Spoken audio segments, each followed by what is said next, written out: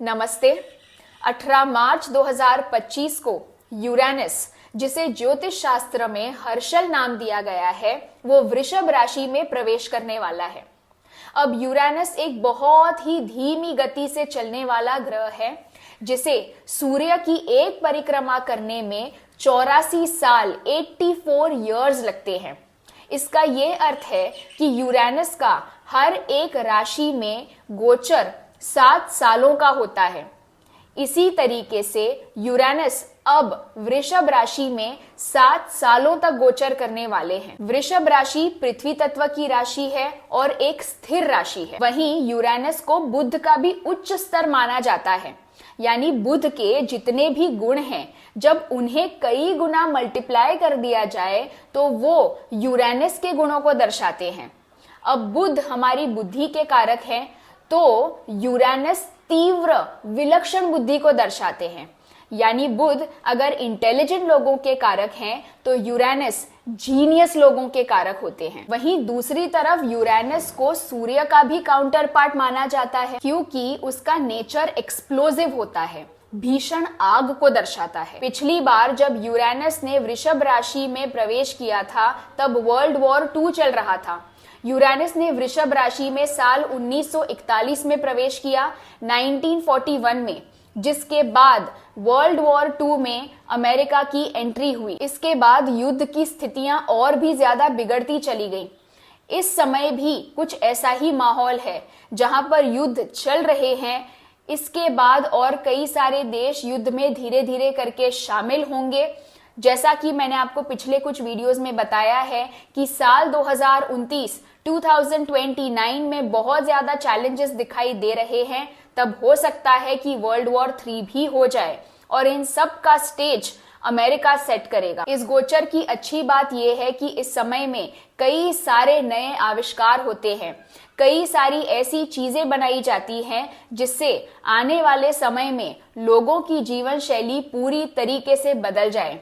जब यूरेनस ने वृषभ राशि में पिछली बार गोचर किया था, तब पहली बार कंप्यूटर बना था, पहली बार मोबाइल फोन बना था। हालांकि मोबाइल फोन की बिक्री शुरू नहीं हुई थी और कंप्यूटर्स भी बिकना शुरू नहीं हुए थे, लेकिन उसका बेस सेट हो चुका था। और आज देखिए, हमारा जीवन पूरी तरीके से कंप्यूटर्स और मोबाइल फोन्स पर आधारित है। यानी इस समय में बहुत ज्यादा काम, बहुत ज्यादा प्लानिंग, बहुत ज्यादा रिसर्च हो रही है नए आविष्कारों के लिए।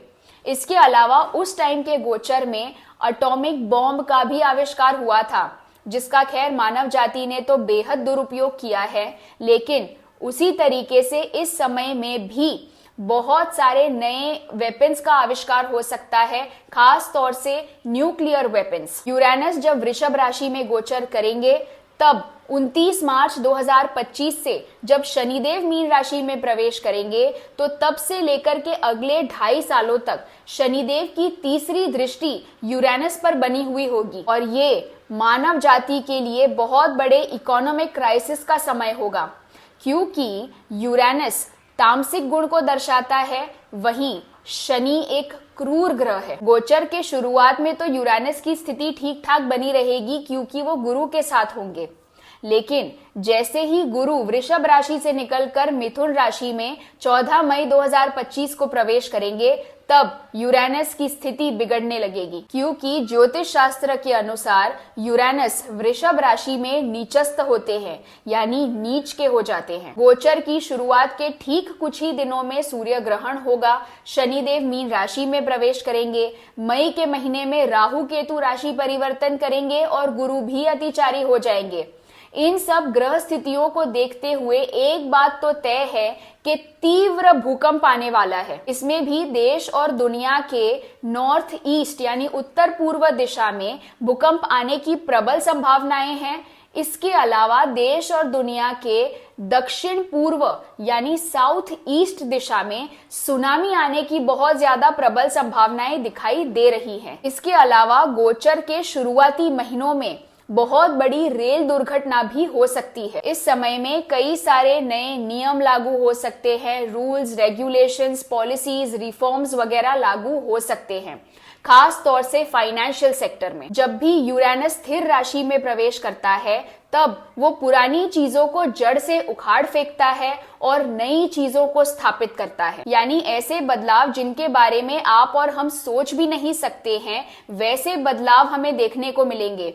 साथ ही कुछ ऐसी चीजें जो कई वर्षों से चली आ रही है, जिन्हें बदलना ऑलमोस्ट नामुमकिन था, उन्हें भी अब आप बदलते हुए देखेंगे। इस गोचर का प्रभाव भारतवर्ष पर बहुत ज्यादा गहरा होने वाला है, क्योंकि भारत की कुंडली वृषभ लग्न की है और लग्न में ही यूरेनस का गोचर होने जा रहा है। पिछले टाइम के गोचर में भी भारत में बहुत कुछ हो रहा था और गोचर समाप्ति के बाद भारत को स्वतंत्रता मिली थी। यानी इस गोचर में भी भारत में बहुत कुछ होगा, जिसकी समाप्ति के बाद भारत एक चमकते हुए सितारे की तरह उभर कर आएगा। भारत के संविधान में भी जिन चीजों को बदलना असंभव लग रहा था, उनमें भी अब बदलाव होंगे। इस समय में देश और दुनिया में जो सबसे बड़ी चुनौतियां होंगी, वो है लोगों की नौकरियों का चले जाना, महंगाई का बढ़ना, हाउसिंग क्राइसिस भी हो सकती है। शुरुआत के 1-2 सालों में रियल एस्टेट सेक्टर को भी बहुत बड़ा फटका पड़ सकता है। आपकी कुंडली में वृषभ राशि जिस भी भाव में है,